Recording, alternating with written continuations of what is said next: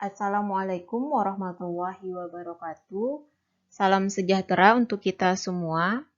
Pada pertemuan kali ini, kita akan melanjutkan materi genetika kita untuk minggu ke-7, yaitu mengenai penentuan jenis kelamin. Jadi, adanya sistem jenis kelamin ini akan menentukan perkembangan dari karakter seksual suatu organisme. Pada beberapa spesies, kita mengenal ada istilah hermafrodit, dan pada banyak spesies, jenis kelamin itu ditentukan secara genetik. Ada yang jantan dan betinanya yang ditentukan oleh hanya dengan perbedaan alel, atau ada juga yang jantan dan betinanya itu ditentukan oleh gen-gen spesifik. Namun, pada banyak hewan, penentuan jenis kelamin ini justru ditentukan dalam tingkat kromosomnya.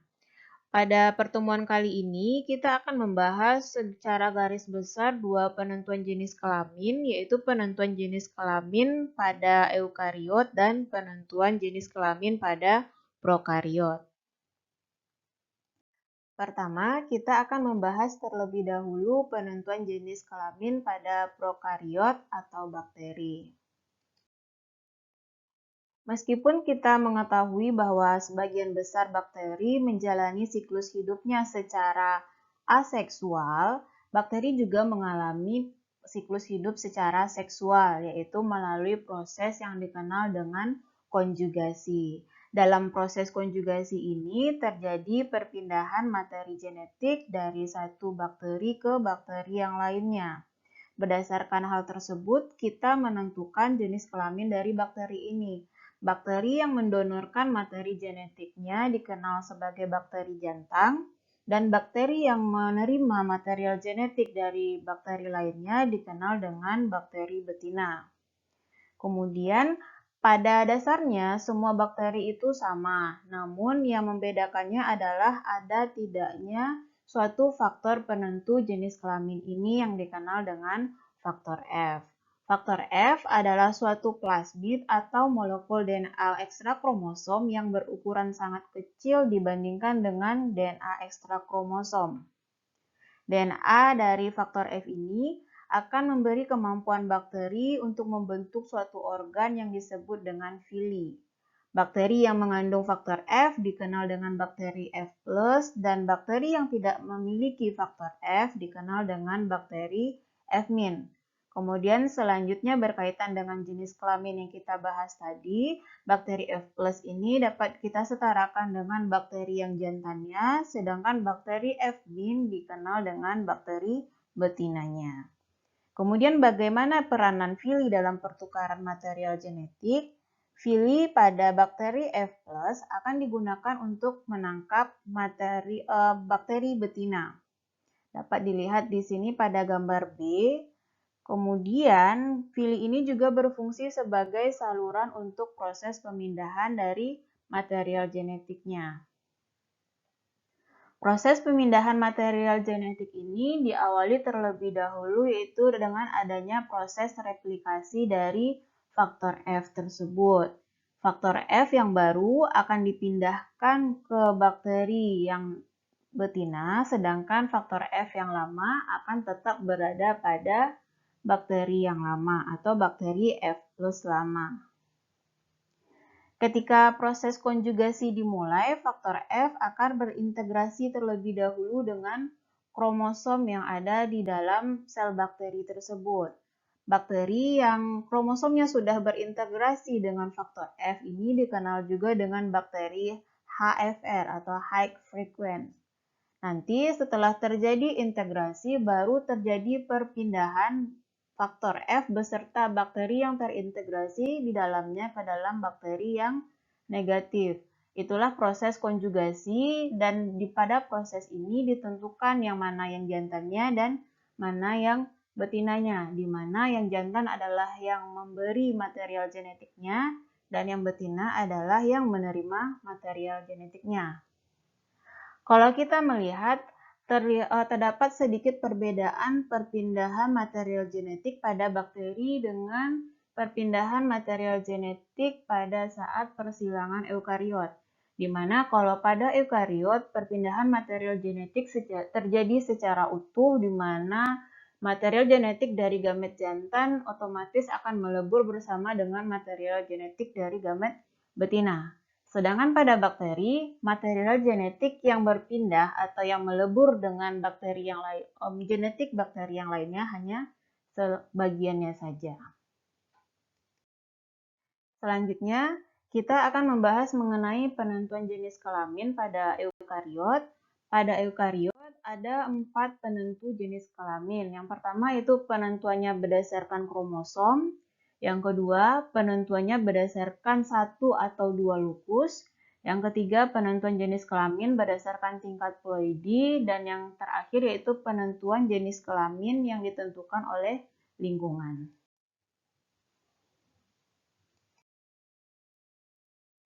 Baik, pertama kita akan membahas terlebih dahulu mengenai penentuan jenis kelamin berdasarkan kromosom. Penentuan jenis kelamin berdasarkan kromosom mungkin sudah tidak terlalu asing buat adik-adik karena sudah kita singgung pada pertemuan-pertemuan sebelumnya. Bahwa pada mamalia itu kita mengenal ada sistem XX dan XY. Betina memiliki kromosom XX dan jantan memiliki kromosom XY. Namun, pada kenyataannya ada beberapa kromosom yang menentukan jenis kelamin. Hal ini bisa kita lihat berdasarkan jenis organisme ini apakah dia haploid atau diploid. Pada organisme yang haploid, contohnya itu pada Bryophyta, dikenal dengan sistem UV. Sistem UV ini itu pada jantannya memiliki kromosom V dan pada betinanya memiliki kromosom U.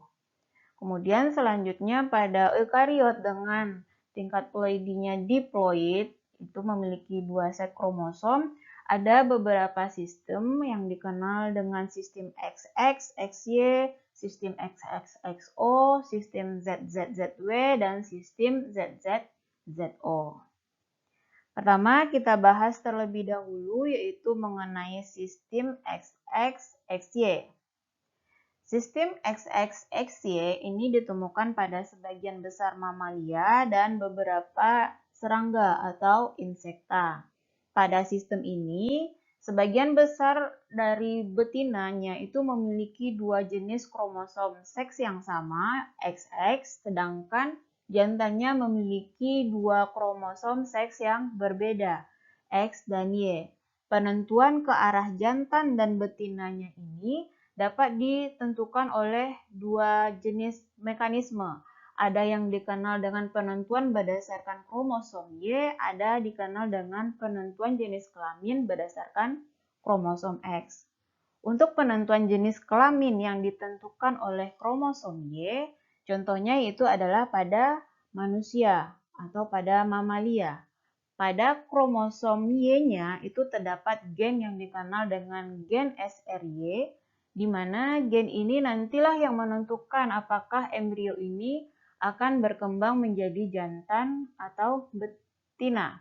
Kenapa? Karena gen SRY ini seperti kita bahas sebelumnya, gen SRY akan menentukan perkembangan sel gonad. Kalau dia terdapat gen SRY, dia akan berkembang menjadi testis. Sedangkan pada organisme yang tidak memiliki kromosom Y berarti tidak ada gen SRY-nya, maka gonadnya akan berkembang menjadi ovarium. Dengan kata lain, dia akan berkembang menjadi betina atau wanita pada manusia. Kemudian, untuk penentuan jenis kelamin berdasarkan kromosom X atau yang ditentukan oleh kromosom X, contohnya itu terjadi pada lalat buah, di mana pada lalat buah dengan 2 kromosom X itu akan menentukan sifat kebetinaannya atau sifat kewanitaannya. Jadi jika lalat ini memiliki 2 kromosom X, maka dia menjadi betina. Gitu. Selanjutnya adalah pada sistem XX dan XO. Bentuk ini adalah bentuk variasi dari sistem XX dan XY, di mana sama halnya dengan sistem XX dan XY, betinanya memiliki 2 jenis kromosom yang sama, yaitu XX, Sedangkan jantan hanya memiliki satu jenis kromosom seks, yaitu X. Namun ditulisnya adalah XO, di mana O ini menyatakan ketidakadaan kromosom yang kedua. Jadi karena hanya satu kromosom X saja ditulis XO. Sistem penentuan jenis kelamin seperti ini itu ditemukan pada beberapa serangga termasuk belalang. Kemudian dan lainnya juga ditemukan pada beberapa mamalia seperti tikus. Ada beberapa jenis tikus yang memiliki sistem penentuan jenis kelamin dengan sistem XX dan XO. Namun bagaimana mekanisme detailnya seperti halnya sistem XX dan XY ini belum dipelajari secara lebih lanjut. Selanjutnya yaitu sistem penentuan jenis kelamin dengan sistem ZZ dan ZW. Untuk penentuan sistem jenis kelamin dengan sistem ZZ dan ZW ini, dia sedikit berlawanan dengan sistem XX dan XY. Di mana pada sistem XX dan XY pada betinanya bersifat homozigot dan pada jantannya bersifat heterozigot X dan Y. Berbeda pada sistem ZZ dan ZW, justru pada betinanya lah yang memiliki kromosom yang atau zigot dengan tipe heterozigot, yaitu dengan kromosom Z dan W. Sedangkan jantannya bersifat homozigot, memiliki dua kromosom yang sama, yaitu ZZ. Hal ini ditemukan pada sebagian besar burung, kemudian beberapa reptil dan serangga. Jadi mekanisme untuk penentuan jenis kelamin berdasarkan sistem ini juga sangat bervariasi dan ditemukan banyak mekanisme yang berbeda-beda pada masing-masing organisme. Dan belum semuanya dipelajari secara jelas. Salah satunya yang sudah dipelajari yaitu pada burung terdapat gen FET1 dan ASW yang terletak pada kromosom W yang nantinya menentukan arah perkembangan karakteristik morfologinya ke arah betina. Selanjutnya yaitu sistem penentuan jenis kelamin berdasarkan sistem ZZ-ZO.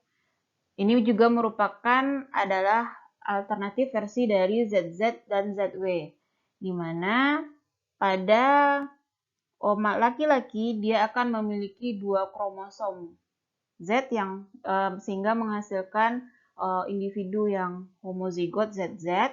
Kemudian betinanya hanya memiliki satu kromosom Z, sehingga dia memiliki pengkodean adalah ZO.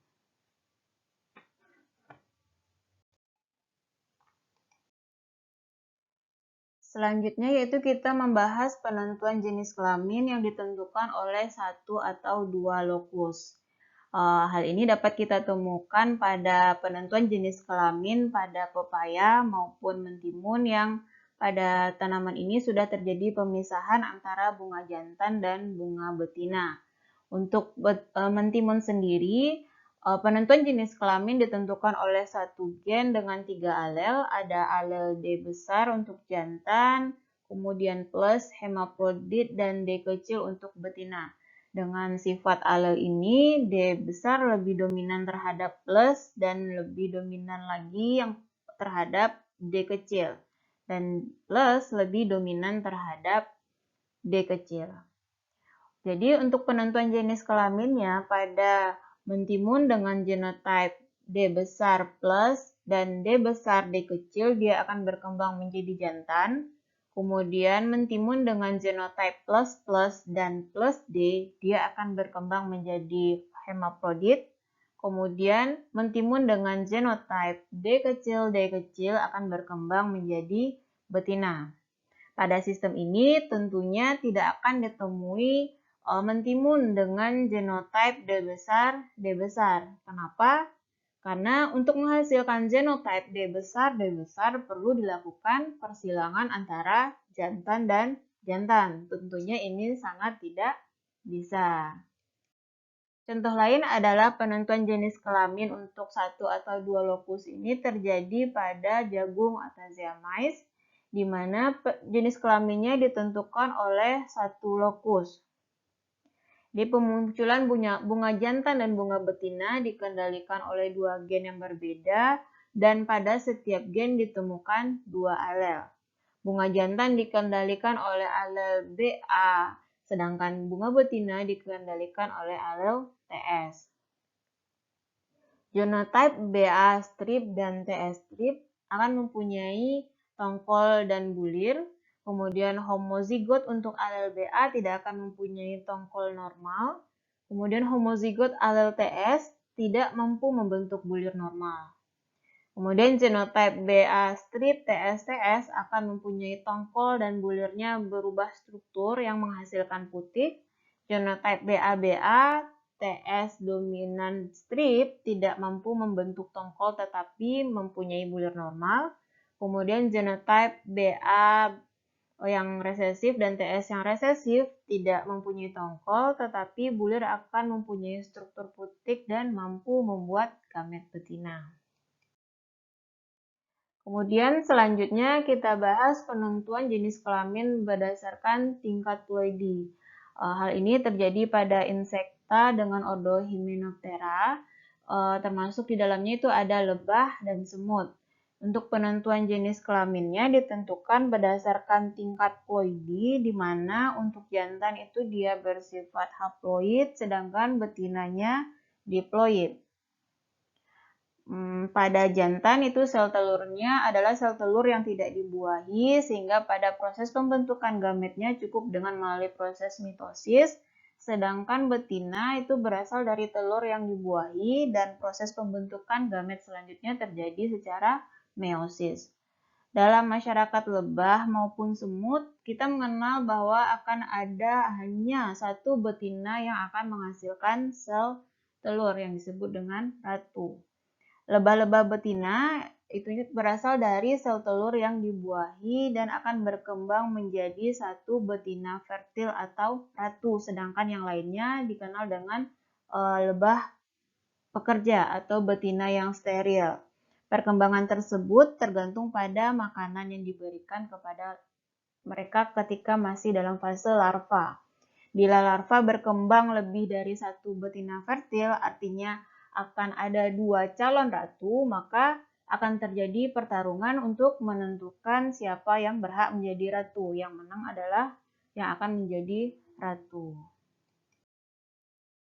Selanjutnya yang terakhir adalah penentuan jenis kelamin yang ditentukan oleh lingkungan. Terkadang beberapa individu atau organisme penentuan jenis kelaminnya ini ditentukan oleh kondisi lingkungan di sekitarnya, bukan berdasarkan sistem genetiknya. Contohnya itu pada cacing laut atau Bonellia viridis. Pada saat reproduksi, telur yang dibuahi dilepas ke air dan berkembang menjadi larva yang dapat berenang dan bebas. Kemudian tergantung pelekatan dari larva ini ketika dia telah dilepaskan. Larva berada di sekitar Bonellia dewasa dirangsang untuk menempel pada proboscis betina terdekat. Larva-larva yang bersentuhan dengan proboscis berkembang menjadi cacing yang jantan dan kemudian masuk ke uterus betina. Larva-larva lain yang hanya membenamkan diri dalam pasir nanti dan akan berkembang menjadi cacing yang betina.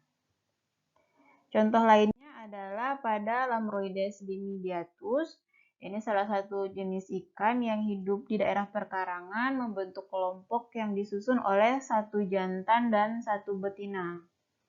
Jadi karena hanya ada satu jantan dan satu betina, apabila satu jantan ini, sang jantan ini mati, maka betina yang paling kuat dia akan mencegah ikan-ikan jantan dari kelompok lainnya untuk mendekati kelompoknya.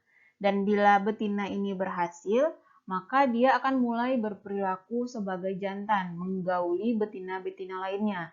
Dan dalam waktu 2 minggu, dia akan berubah menjadi jantan. Dalam artian, betina yang berhasil mengalahkan jantan dari kelompok lain ini, dia juga akan mampu menghasilkan sperma dan fertil. Dia sudah berpindah dari statusnya betina menjadi jantan. Sekian yang dapat saya sampaikan pada topik perkuliahan kali ini dengan topik penentuan jenis kelamin. Semoga dapat dipahami dengan baik. Atas perhatiannya saya ucapkan terima kasih. Assalamualaikum warahmatullahi wabarakatuh.